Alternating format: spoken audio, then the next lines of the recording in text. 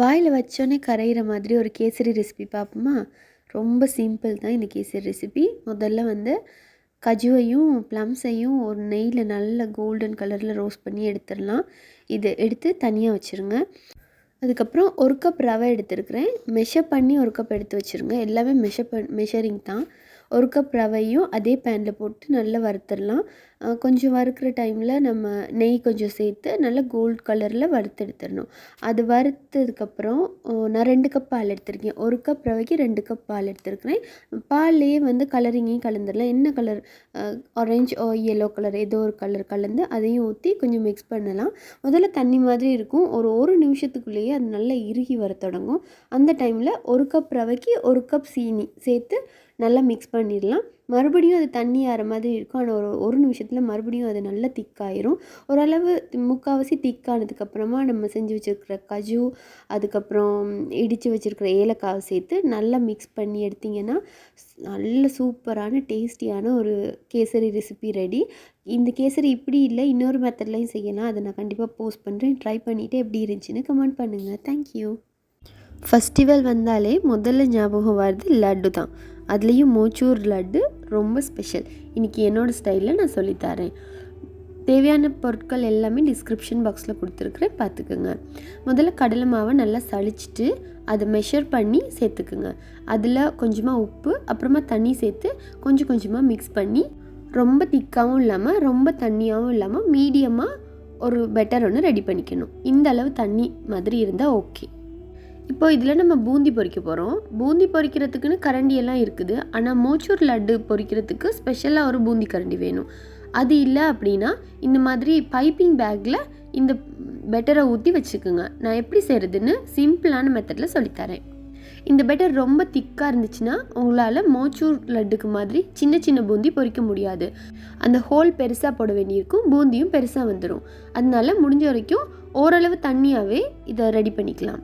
இப்போது பார்த்தீங்கன்னா இந்த மாதிரி சின்ன ஓட்டை ஒன்று போட்டுட்டு இந்த மாதிரி உயரமாக தூக்கி ப்ரெஸ் பண்ணிங்கன்னா குட்டி குட்டி பூந்தி மாதிரி அது வந்துடும்.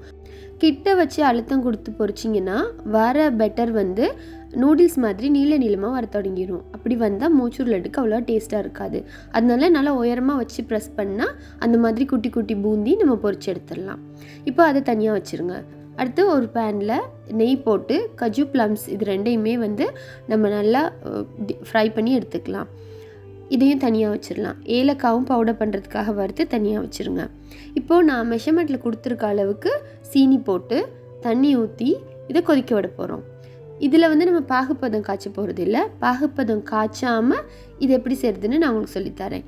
இதை வந்து முதல்ல தண்ணி ஊற்றி நல்லா கொதிக்க விடுங்க. கொதிச்சிட்ருக்க நேரமே நம்ம போட வேண்டிய கலரும் போடலாம். இன்றைக்கி நான் கேசரி பவுடர் போட்டிருக்கிறேன். ஆரஞ்சு கலர் வேணான்னு ஃபீல் பண்ணிங்கன்னா எல்லோ கலர் கூட சேர்த்துக்கலாம். அதில் எந்த இஷ்யூவும் இல்லை. இல்லை ஃபுட் கலரே சேர்க்கக்கூடாது அப்படின்னா நீங்கள் மஞ்சள் தூள் கூட சேர்த்துக்கலாம். அது கூட ஓகே தான். இப்போ அதில் ஏலக்காய் தூளும் கொஞ்சமாக நெய்யும் சேர்த்து நல்லா கொதிக்க விடுங்க.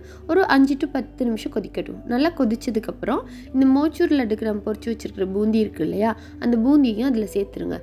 பூந்தி சேர்த்தோடனே தண்ணி நிறைய இருக்க மாதிரி இருக்கும். ஆனால் கொஞ்சம் நேரம் கொதிக்க கொதிக்க அது கரெக்டாக வந்துடும். இந்த மாதிரி கொஞ்சம் நேரம் மிக்ஸ் பண்ணி விட்டுட்டு அதை அப்படியே கொதிக்க விடுங்க. ஒரு மூடி போட்டு கொதிக்க விடுங்க. அது நல்லா கொதிச்சிட்ருக்கட்டும். அந்த டைமில் நீங்கள் கஜு ப்ளம்ஸ் வறுத்து வச்சுருக்கோம்ல அதையும் சேர்த்துக்கலாம். சேர்த்துட்டு கொதிக்க விடலாம். லாஸ்ட்டாக கூட அதை சேர்த்துக்கலாம். இந்த மாதிரி ஒரு 10 நிமிஷம் மூடி போட்டு லோ ஃப்ளேமில் விட்டிங்கன்னா அது சூப்பராக ரெடி ஆயிரும். தண்ணி இருக்க மாதிரி ஃபீல் பண்ணிங்கன்னா மறுபடியும் ஒரு 10 நிமிஷம் நல்லா லோ ஃப்ளேமில் விட்டுருங்க. அதுக்கப்புறம் இந்த மாதிரி ஒரு அகலமான தட்டில் போட்டு ஒரு 10 நிமிஷம் ஆற விட்டுருங்க. ரொம்ப ஆற விட்டால் லட்டு பிடிக்க முடியாமல் போயிடும். ஆற விட்டுட்டு அதுக்கப்புறம் சின்ன சின்னதாக லட்டு பிடிச்சி வச்சிடலாம். லட்டு பிடிக்கும்போது அதில் கஜு ப்ளம்ஸ் இதெல்லாம் போடுறது உங்களோட ஆப்ஷன். இது மட்டும் இல்லை, இதில் வந்து நான் நட்மாக் பவுடரும் சேர்த்துருக்கேன். ஜாதிக்காய் இருக்குல்ல, ஜாதிக்காய் பொடியும் சேர்த்துருக்குறேன். அதை நான் வீடியோவில் ஆட் பண்ணல. ஜாதிக்காய் பொடி ரொம்ப டேஸ்ட்டாக இருக்கும். இதில் நல்ல ஸ்மெல் ஒன்று கொடுக்கும். அதே நேரம் பச்சை கற்பூரம் கூட சேர்த்துக்கலாம். சாப்பிடக்கூடிய பச்சை கற்பூரம் இருக்குது, அதை வாங்கி சேர்த்துக்குங்க. அதெல்லாம் நான் இன்றைக்கி ஒன்றுமே சேர்க்கலை. பேசிக்கான ஒரு மோச்சூர் லட்டு தான் இது. கண்டிப்பாக ட்ரை பண்ணி பாருங்கள். ரொம்ப சாஃப்டாக ரொம்ப டேஸ்டியாக இருக்குது இந்த லட்டு. நான் என்னோடய ஃபெஸ்டிவலுக்கு ட்ரை பண்ணி நீங்களும் ட்ரை பண்ணுங்கள். அப்படியே என்னை சப்ஸ்கிரைப் பண்ண மிஸ் பண்ணிடாதீங்க.